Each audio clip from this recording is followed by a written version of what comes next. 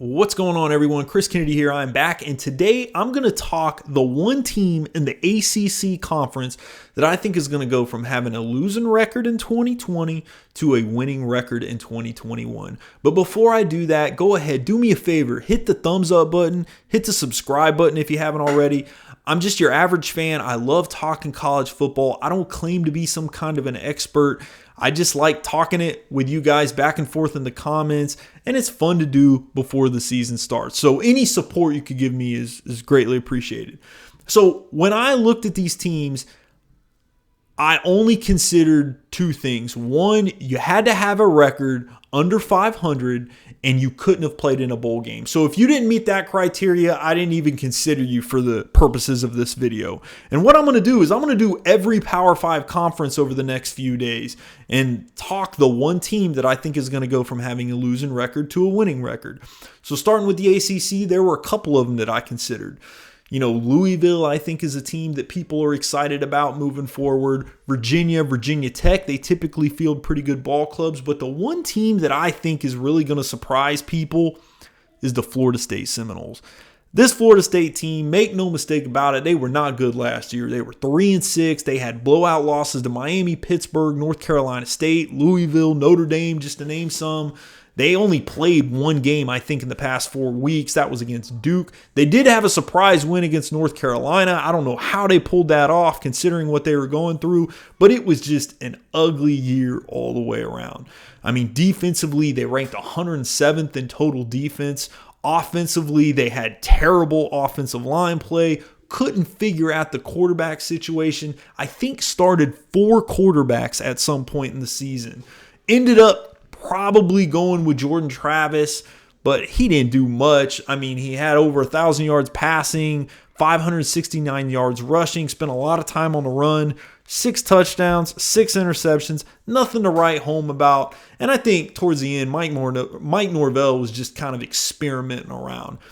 But the reason I like this team is because they've been making some moves in the transfer portal. And then when I just look at the talent they have on the team, it doesn't make sense for him to be a 3-6 football team. I think COVID had something to do with that. I think the fact that Mike Norvell is coming into a program that, make no mistake about it, is kind of a mess right now. He didn't get a lot of time to work with the guys. I mean, I think they got 3 weeks of football before football started because the spring was canceled. So I don't know what Florida State fans really expected.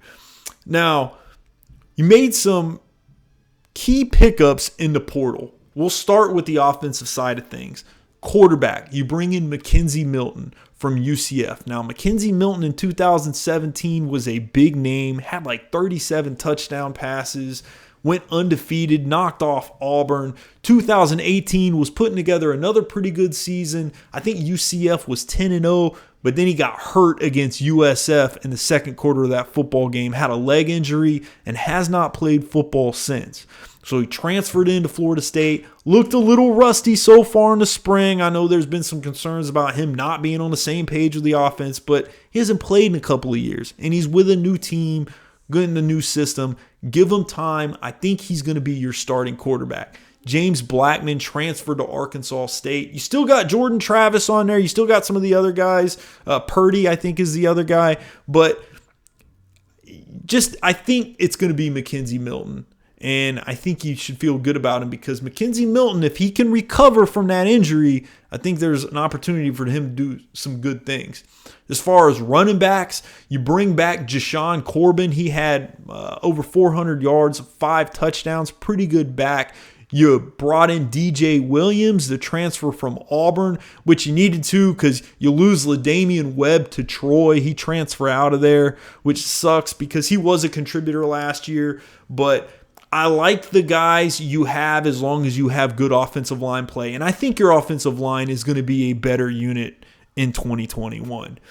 Wide receivers, now you lose Terry. He was a big-name guy, but you bring back Ontario Wilson. He had 30 catches, 380 yards, 2 touchdowns, and you bring in a guy I like, Andrew Parchment from Kansas. Now, he didn't do a lot last year, but in 2019, 831 yards, 65 catches, 7 touchdowns. So the guy can play, and the guy has been the featured receiver in his offense before. So if Mackenzie Milton, Andrew Parchment, Ontario Wilson, also in the recruiting class, he brought in a 6'5" wide receiver, Malik McLean, another guy, Destin Hill. If you can get those guys on the same page with good offensive line play, look out for Florida State. They could surprise some people. Now, defensively, you lose a lot. You lose 5 from that defensive team. Asante Samuel Jr., Marvin Wilson, probably your best players. But again, you're bringing in some guys that I like. Jamie Robinson from South Carolina, pretty good corner. I think he'll be playing immediately. Brandon Moore from UCF. Now, he's another guy that's been injured and hasn't played the last couple of years. But he's coming in, and when he did play, had some pretty good numbers. Look at his stats. Jermaine Johnson, the inside linebacker from Georgia, is a guy that I think will be there right away. And then you bring in Chambry Jackson, you recruited Hunter Washington, another defensive back. So I think this Florida State defense is going to be better than 107th. It just makes sense. And I think the Florida State fans are hoping so, because if not, they're going to be wanting Adam Fuller to get replaced as your D coordinator. So looking at the schedule moving forward, you start off against Notre Dame. And now I think most people would probably say, yeah, Notre Dame's going to win that game, but I'm going to pump the brakes on that because Notre Dame is replacing a lot. This is a home game for Florida State and a golden opportunity for them to really jump on the stage here. After that, you get Jacksonville State. Then you're at Wake Forest. You get home against Louisville, home against Syracuse. Then you're on the road at UNC. You get UMass at home. You're on the road at Clemson. That's probably going to be an L. Home against North Carolina State. Home against Miami. On the road at Boston College. And on the road to close out the season against the Florida Gators. When I look at this schedule, I think Florida State can hit that 7-8 win mark. Probably 7 because I think this is a pretty tough schedule. Miami I expect to be a lot better. North Carolina State, we'll see. We know what Clemson will be. I think Florida will be good. We know that UNC is probably going to be pretty good. And then you got Notre Dame. So in my opinion, I know the ACC is considered to have been down. I mean, there is a huge gap between Clemson and the rest of the ACC. But I think there's some pretty good teams on here. I do like Florida State to hit at least 7 wins, maybe 8. So that's my prediction. That's the team in the ACC that I think is going to have a great year. The Florida State Seminoles, they're going to go from having a losing record to a winning record. And you guys let me know what you think. Is there another team out there that you think will do better? Do you think Florida State is going to have a terrible year? How long do you think Mike Norvell is going to be there? Just let me know what you think if you're a Florida State fan. I appreciate you guys listening to the video. I'll be back with another one. Next team I'm going to talk is the team from the Big Ten that I think is going to turn things around. I appreciate you guys listening, and we'll talk to you later.